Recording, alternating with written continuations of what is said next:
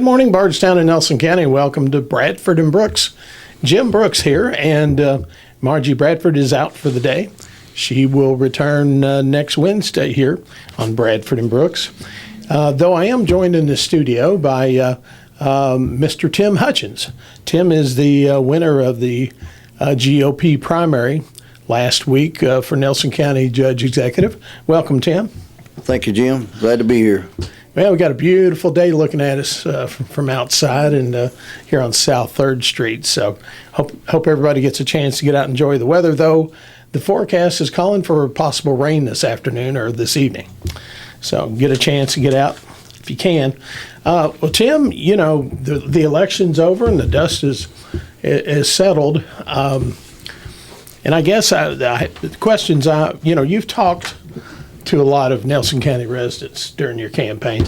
You had numerous, you had your listening tour, and so you probably have a good idea of what are the concerns that residents have about Nelson County. What were you hearing on the campaign trail from residents about what's their concerns about Nelson County or maybe even nationally?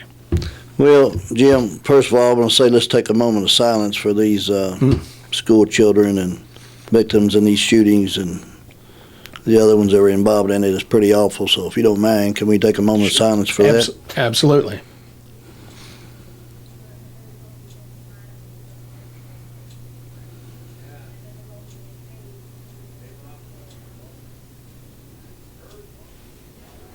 Anyway, Jim, that catastrophe that happened, you hate to bring all that up, but it makes it resonate when you got the schools around and you just never know. It makes you think, who's going to be next, and right. All these innocent.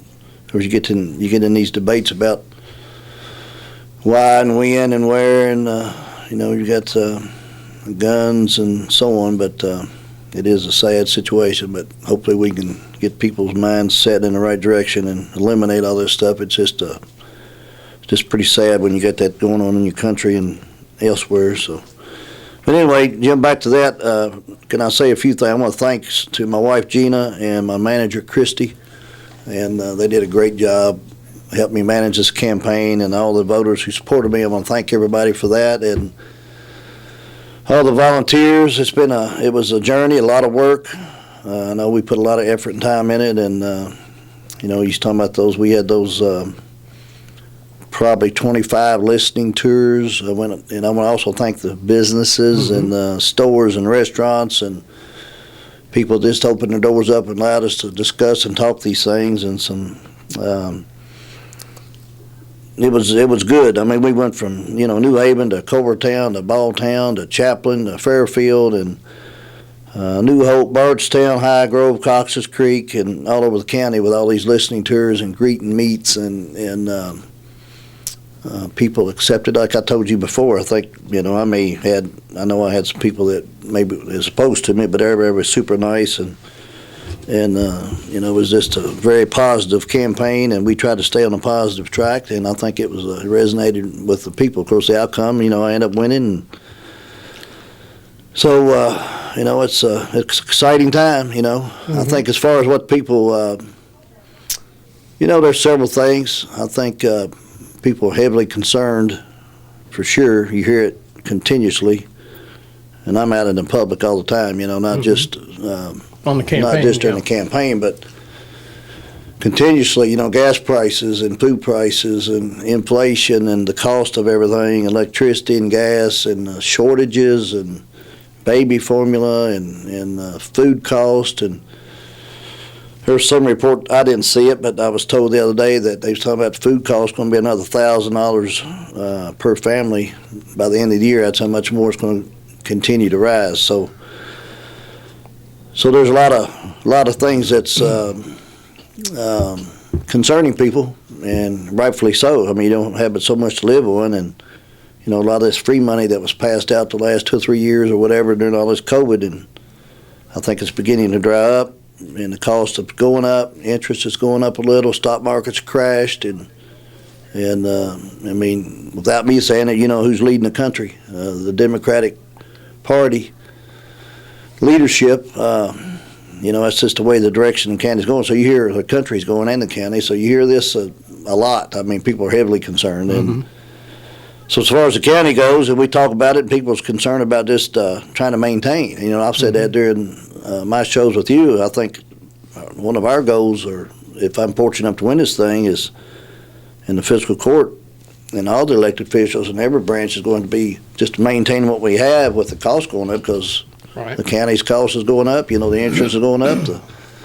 Everything goes up to everybody else. It's also going up to the government bodies, because they've got to purchase the gas and the fuel and the vehicles and the pipe and the blacktop and so on. So just maintaining is, I think, so heavily concerned with a lot of people. I mean, there's a lot of issues that a lot of people want. They want the bypass. They want to widen 245. They want more bypasses. They want to try to solve some of these traffic problems around the county, and better roads. And of course, you're talking about the enclosed covered pool recreation center.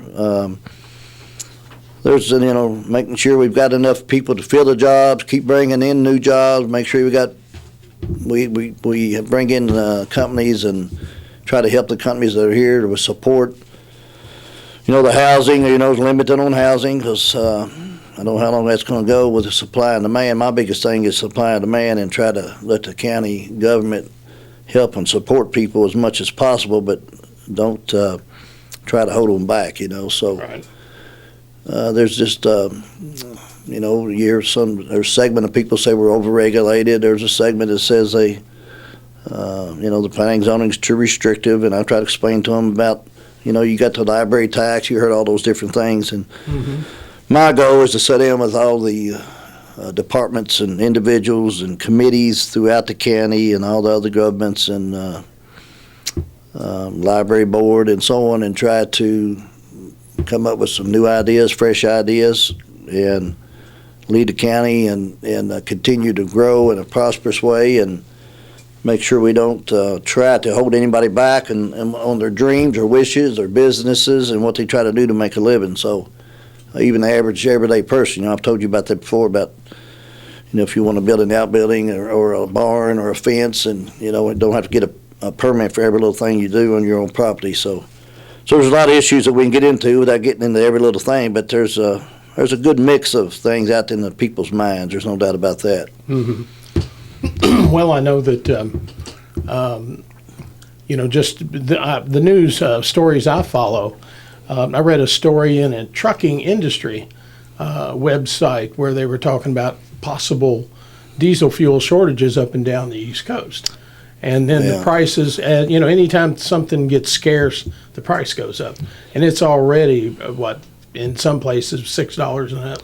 Yeah, they're predicting gas may be going up $6 here, because I'm in that business too. And I'll give you an example. Saturday, you've got different suppliers that you deal with, and the terminal was out of gas Saturday, and I had to pull from a different terminal, for example. So you've got, and I'm just a little guy on the block, and I do think, in my opinion, is because they have made some, the major companies have made some big profits.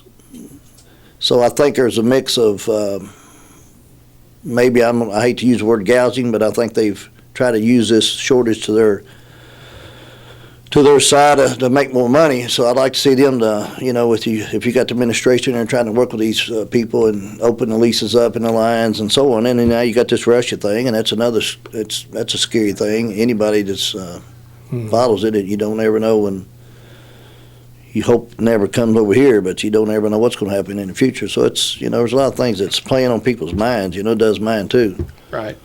And also, I want to thank all of my volunteers. I had tons of volunteers. I don't know if I said that earlier, but I probably had 40 to 50 volunteers. I went door to door and phone calls and letters and putting up signs and on and on and on. And it was just, I want to thank everybody that helped me do that. And also want to,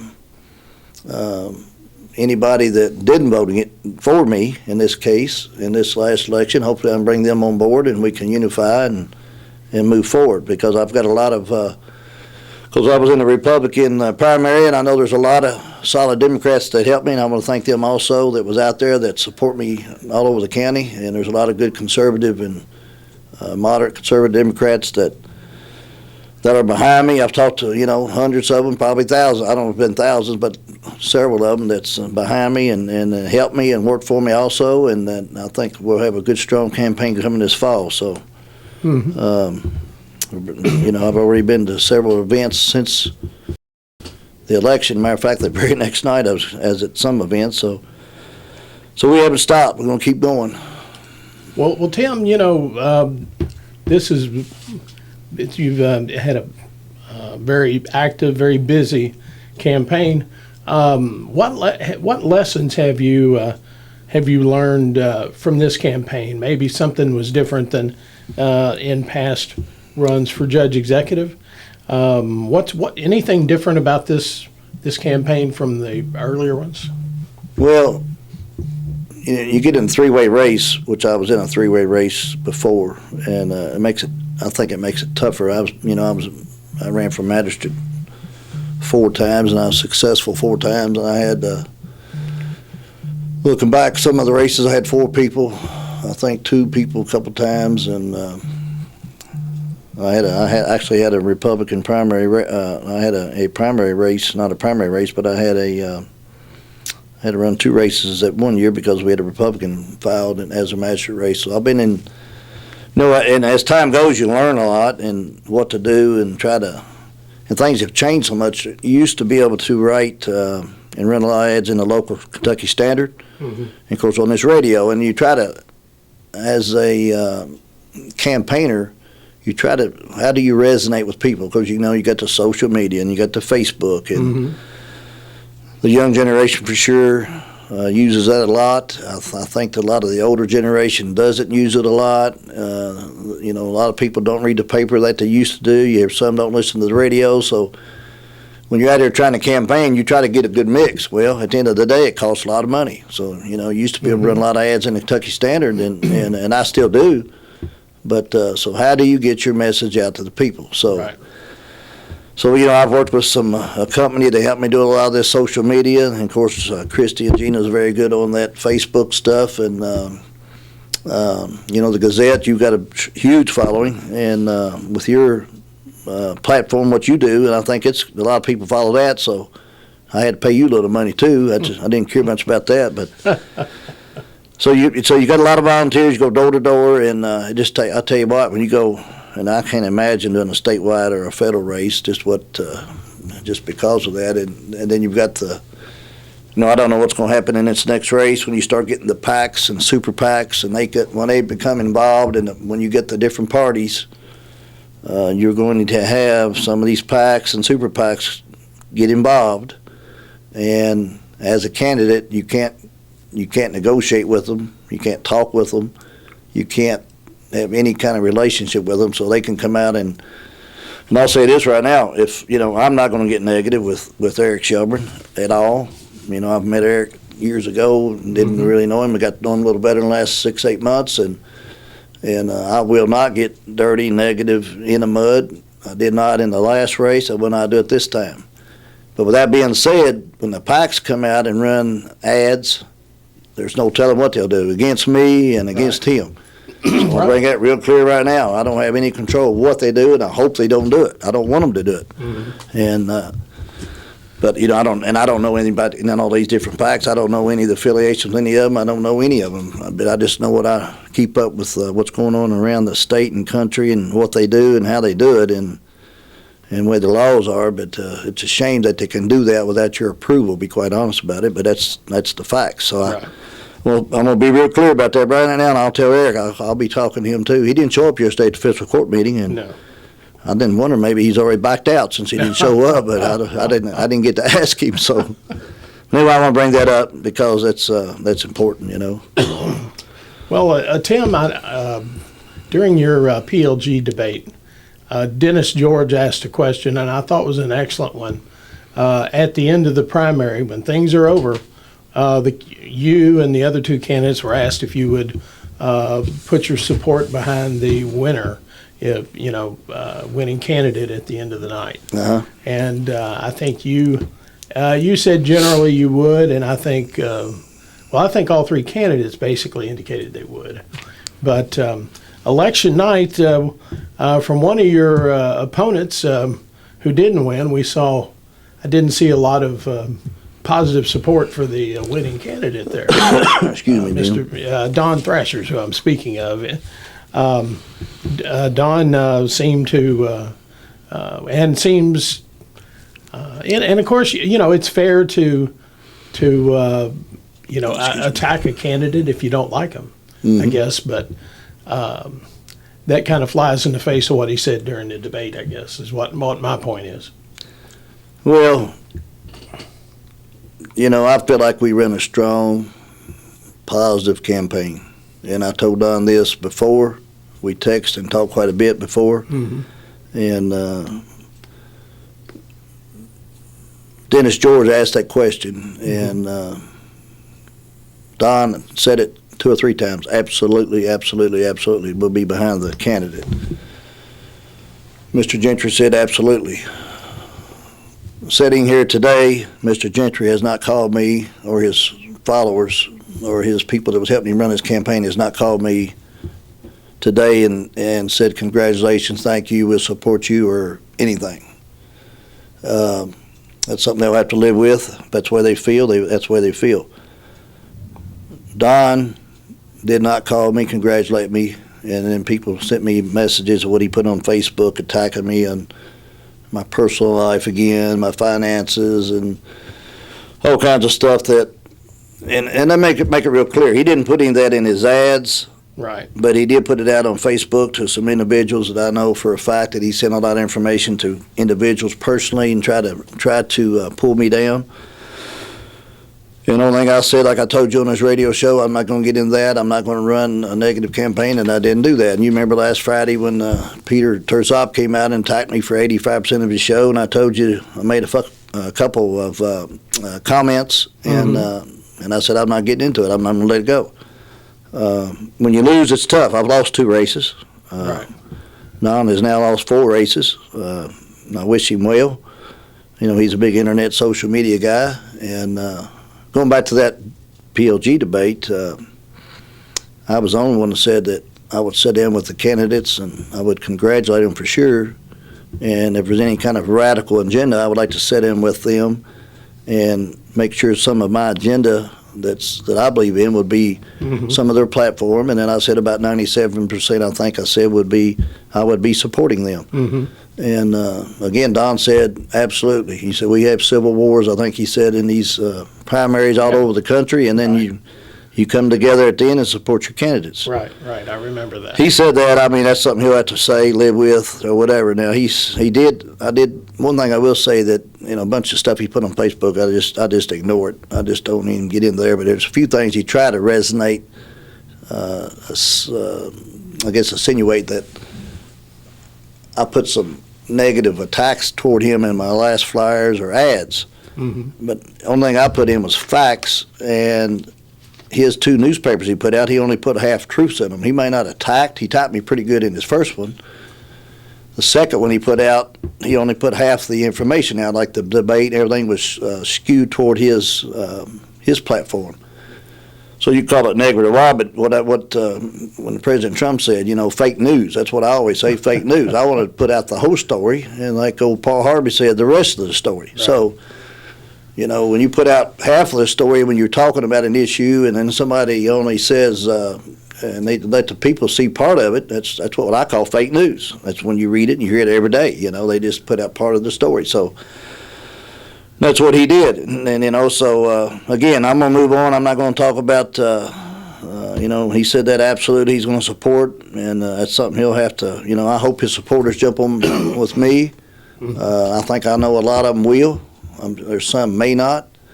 When you, and I strongly believe this, and I told Don this in the debate, and then debated with him, and before and afterwards, and the debates and stuff, that you cannot continuously criticize your fellow party people or anybody that's in a position that you're going to be working with if you're fortunate to win this job. Right. I don't agree with, there's a lot of things Chad McCoy did that I didn't agree with. There's a lot of things that these elected officials, back to Trump. I was a big Trump supporter. But, there's a lot of things I didn't agree with him on. Mitch McConnell, I can go on and on. Ron Lewis, good friend of mine, Dan Kelly. Mm-hmm. I can go back and tell you some bills that they pushed and passed and that we was against. But, nobody's going to ever agree on everything. You try to sit down with them and pull their beliefs and the views to your side, and hopefully it's going to be better for the community. And just to think that you're absolutely 100% right all the time and you're going after these people, they probably think they're right. That's why you have elections for. So my goal is to work with anybody that does get elected. And, I've said it many other times, you've got to have a good working relationship. You've got to have these magistrates that you can work with.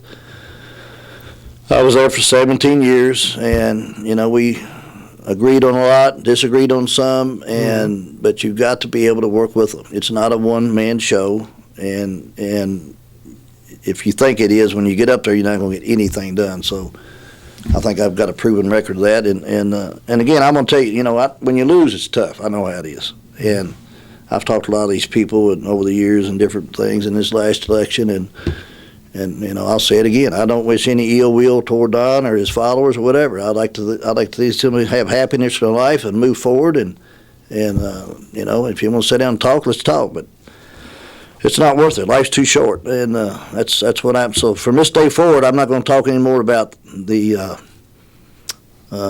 primary. I'm successful. I won it, and I'm not going to gloat, but I'm proud of what we did, and we did win, and I think that's a big victory for a three-way race. I got 46% of the vote, and that's I'm moving forward now. I've got to go. Me and Eric Sherman's going to go after each other and decide. Let the people decide who's the best candidate. And I feel strongly that I've got a lot of support on Republicans and Democratic side, and there's a huge difference between Eric and I, and experience-wise and backgrounds and community involvement and on. So. And we'll get into that a little bit later. So I just want to make sure that I'm clear on all that, and I wish everybody well. And I also want to congratulate and thank everybody that did run. And oh yeah, when you lose, you hate to use the word lose because you put your effort and time and money and energy in there, and you try to put. And most of the time, you'll bring up some issues that the other candidates will use in their platforms, or bring up some ideas that you haven't thought of, and you try to bring them into the court or your campaign and bring it in and put it on your agenda, and I hope these people stay involved. It's a lot of effort, a lot of work, and and like I told you before, if it was easy, everybody'd be doing it. And everybody asks, why in the heck you want to do this for? Why do you want to do this for? So I like public service. I like community service. I like to be involved, and there's some people that do, some people that don't.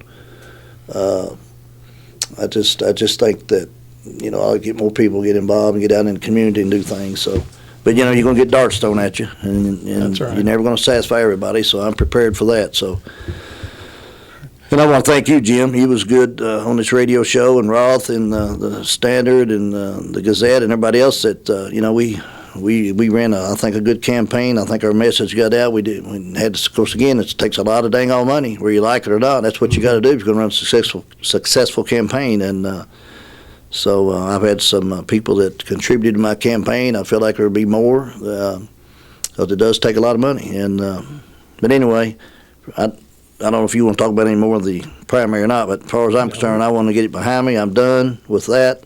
If there's any negative comments come out against me on Facebook and whatever, I probably won't respond from this day forward to anything else except for my campaign moving forward. Right. Well, it's all right. Well, we can turn the page on the primary. Tim, before we take a commercial break, I wanted to ask you, the mayor of Bardstown, that position is considered technically part-time, but it really isn't. Yeah. Part-time. It's grown into a full-time job. And, of course, judge executive is a full-time job. And actually, you're judge executive day and night, because you can end up with calls in the evening.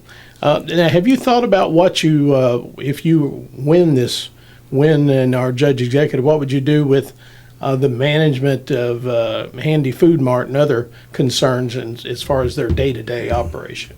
Well, I've slowed down already on the development side. I had a brother and then my son-in-law's dad that helped me work on my construction crew for years, and we kind of last 2 or 3 years I put in a few water lines, and we kind of eased out of the development side of it because I didn't have the staff and I didn't want to manage it myself day-to-day operation. We do a little bit of stuff. My brother does a few things.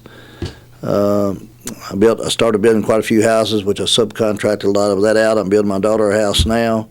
I've done a lot of work at St. Gregory's, and we helped, and I had a lot of volunteers and I helped build the parish hall last year. I spent most of my time at St. Gregory's last year, to be quite honest. And then we're putting on a new roof on the church at school. I've been down there quite a bit, helping them and overseeing that job, and we're remodeling our office complex and adding on to that too. I've got another individual, Bill Brown's helping us oversee that project. And so I spent a lot of time down there in the last couple of years, to be quite honest. A lot less time on my construction and my housing. And so, with that being said, that part of it, I probably won't be doing any of that. I mean, if my brother wants to do a few houses or something, maybe. When it comes to the store, my niece, Brooke, has been helping me manage that a little bit more. She's been with me about 10 years on and off, and I've turned the reins over to her a little more and more in the last year or so, and so I'm ready to, I won't be doing that day-to-day operation. All right. Now, I don't think that in recent years that Judge Executive Dean Watts has had a formal person appointed as a deputy judge executive.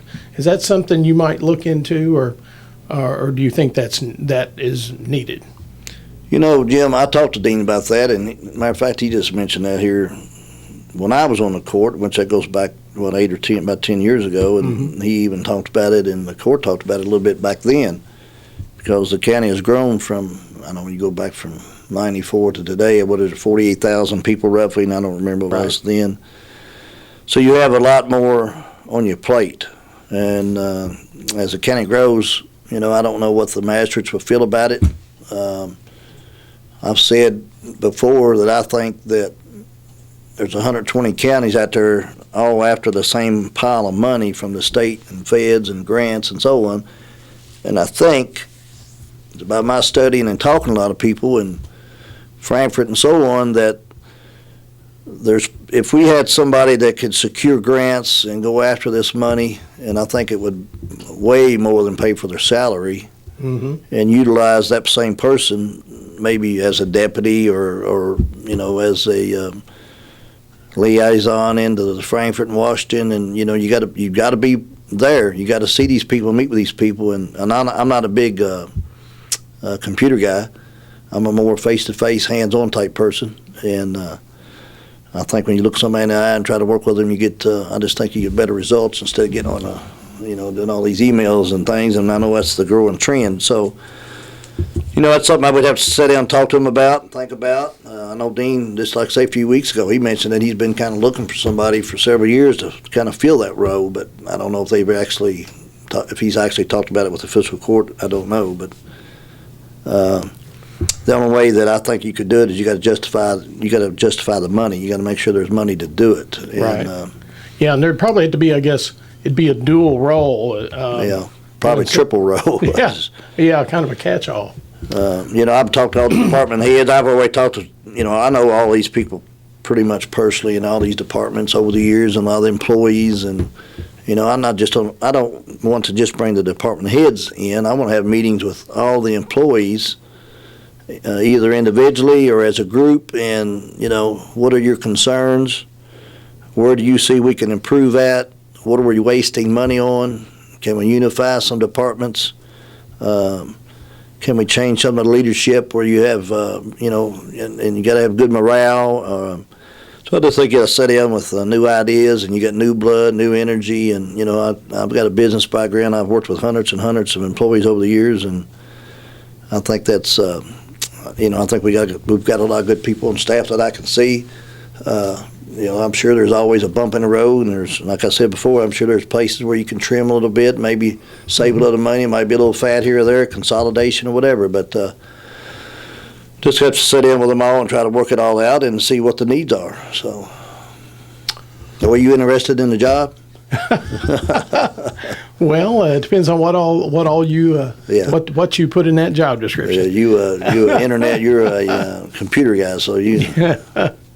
I probably wouldn't qualify. All right, Tim. Well, we need to take a commercial break. You're listening to Bradford and Brooks and our interview this morning with Tim Hutchins, and we'll be back with more after these messages. Stay tuned. By now. All right, you're back with Bradford and Brooks. Jim Brooks here. Margie Bradford's on special assignment this week. She will return next week. And my special studio guest today is Tim Hutchins. Tim is the winner of the Republican primary for Judge Executive. And we've been talking a little bit about the primary and taking a kind of a look at the down the road a little bit. Tim, I think you were on fiscal court when the court approved merging the old county police into the sheriff's office. Now, at that time, I was working for the newspaper, and I know that editorially there was some concern about doing that, and but I think, and I think Raymond Pennerar, Sheriff Raymond, will agree that this has been a really good deal for the county as far as in law enforcement and now it costs the county some money because the county pays those salaries for like the road patrol and vehicles. Is that an agreement that you think has worked out okay over the years? I think so, Jim. I don't remember when I took office in '94, and Dean and I took office at the same time, and I don't remember exactly what year that happened, but Jimmy Riley was the sheriff, or he became sheriff right around that time also, and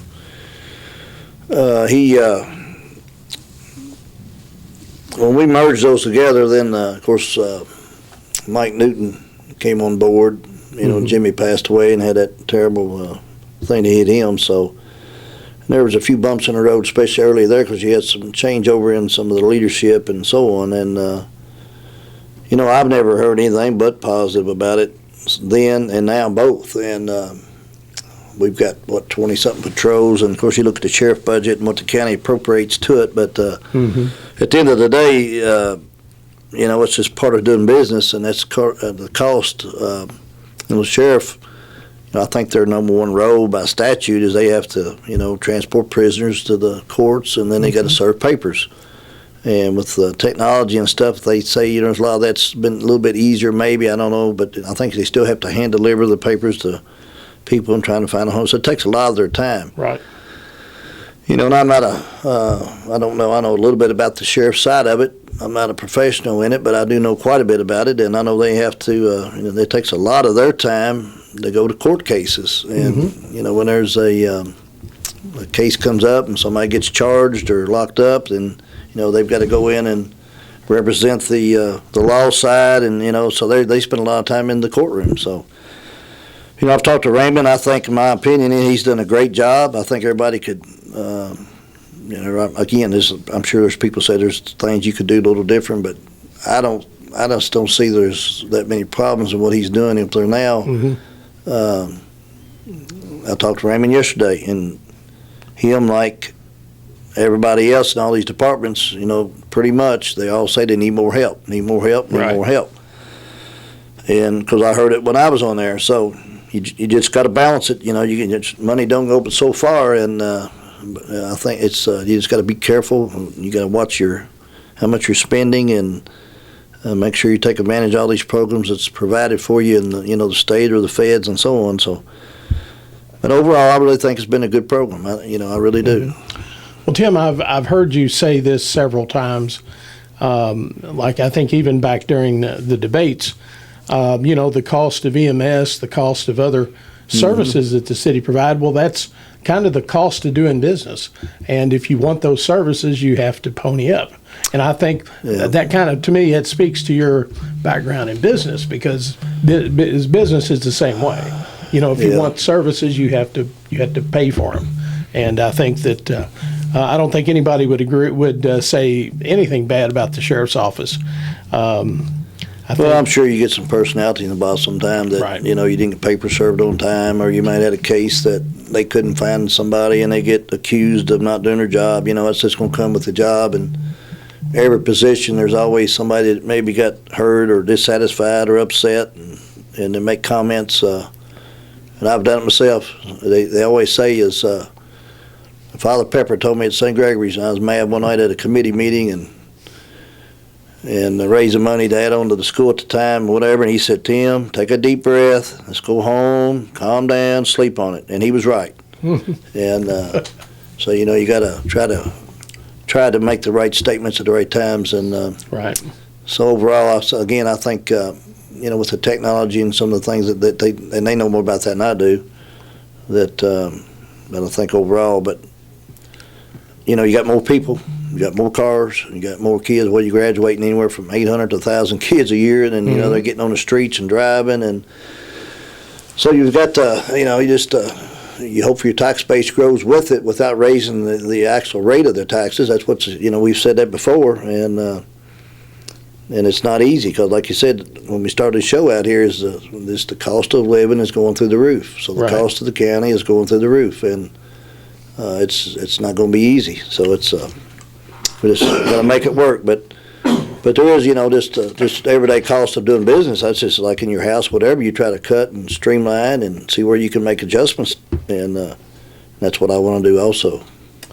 All right. Now, there are some infrastructure projects that I know that are high on everybody's list, whether you're a candidate or not. And I guess that would start with the Western Bypass to connect Boston Road with Kentucky 245. Yeah, Senator Higdon sent me the updated 6-year road plan that they just passed in the last session. And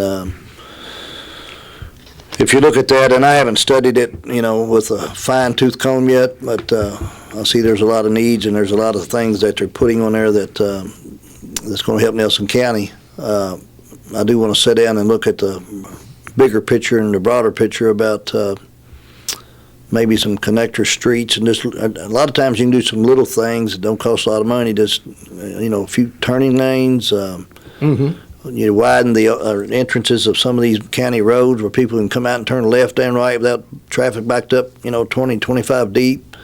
You can adjust your times, work with your factories and schools, and just 5 or 10 minutes on schedules, and so you won't have people backed up 100 deep. And so there's a lot of, I think, little things, just like stop signs, and just go out and try to get with your people together and see where you think you can make some improvements without spending a ton of money, first of all. And then, that bypass is, I think, it's going to be important. Get a lot of, there's a lot of truck traffic, no doubt about that. But I think that thing definitely needs to be extended. But I'm going to, matter of fact, next week I'm going to have some meetings with some people in Frankfurt and so on, and try to analyze a little bit broader, longer range picture, because I think we've been a little short-sighted on getting things done quicker. We keep talking about it, and you got to have, I think we need a little more action a little quicker, so that's where I'm at. Well, I think, are you would like to see the bypass extended north past 245, or are you thinking south? Well, the traffic, that's a big question, because with the Glendale battery thing going in, right? And of course, you have the infrastructure and the south end of the county with the bluegrass, because the bluegrass, goes when it connects to E-Town. There's no doubt that there's going to be a lot of satellite factories in the several surrounding counties of that thing, and if there's a way to get that connected to the bluegrass and get that traffic down that way, then I think it's going to be a lot of money. But in saying that, you got to have the sewer and so on. You don't have hardly any infrastructure down in that corridor. I think when I say northwest, when you go from 245 to what I always call Louisville Road and back over to Bloomfield Road, I'm telling you, certain times of day there's traffic problems throughout. Yeah. And as many of those places we get connected, it would be better, because you're going to impact landowners. You try to do less impact as you can with homes and people that live there, and you just got to sit down and try to work out a plan. I've got some plans drawn up. I've met with some people who've got some plans drawn up about their views or what they think's best. So I'm gonna sit down with some more people that's got more knowledge on it also, but we got to think, quicker. We can't just keep waiting and waiting. And I've told you before, I still think Nelson County's been left out a little bit in the last several years for whatever reasons. I think political reasons and it takes a lot. Blacktop's going to go up every time fuel and diesel and everything goes up. It's going up too. So it takes a lot of money. So we've got to be able to get in there and pull that money to this county, because we've got a growing county, and with this Glendale thing, and if we can get some of this housing like we want. Of course, you got a certain aspect. There's a certain group of people that want to see us stay where we're at, a quaint, nice county with a lot of growth. And I hear a lot of people say that too. Well, we don't want all these people moving in and jobs. So how do you balance that when you got? But I don't want my children to have to move to New York or Detroit or wherever. So when you got children being born and raised, go through the school system, and they're going to live here and raise a family here. So we want to make sure that we provide the services for that. So, but overall, I think we can meet those demands. All right. Well, Tim, we're down to the last couple of minutes here on today's Bradford and Brooks. Real quickly, the county is basically out of industrial parkland. Is that something that you would like to see addressed sooner than later? Well, I was a big part of that on the court, and there was a faction at the time that did not want to. We went into some debt to build a new industrial park. Right. And there's still a faction out there that says it ought to be private.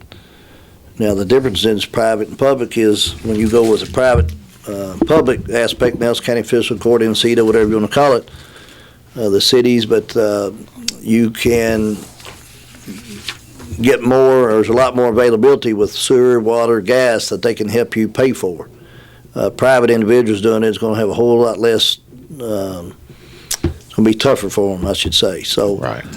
I'm in favor, and when we have some of these nice factories when come in here, that definitely we need to have a place for them to land, and hopefully we can recruit to better jobs and for people to make a living and some higher paying jobs, and so it's not easy, but I definitely think we've got to look at that, no doubt about it. I'm assuming, and I think they've been looking somewhat, but I don't know for sure. Right. All right. Well, Tim, I want to thank you for coming in today and sitting in with me. And again, I think I texted you election night, but congratulations again. Yeah. Well, thank you, and thank to everybody out there that supported me, and hopefully I can get everybody on board that's waiting for this general election, so we can make a good, stronger county than what we've got. That's my goal. Well, all right. Nothing wrong with that. Well, you're listening to Bradford and Brooks. We'll be back next Wednesday, Margie and I both, and we'll. I don't have the schedule in front of me, but we'll be back with another show. We'll be talking about either politics, statewide, national. There's a lot to talk about national, but we'll have that announced on Facebook prior to the show. Anyway, thanks for listening. And please get out and enjoy the weather. I think they're expecting rain later in the day. So with that, I'm going to sign off for this week. You've been listening to Bradford and Brooks. Please come back and tune in next Wednesday from 11 to noon for another Bradford and Brooks.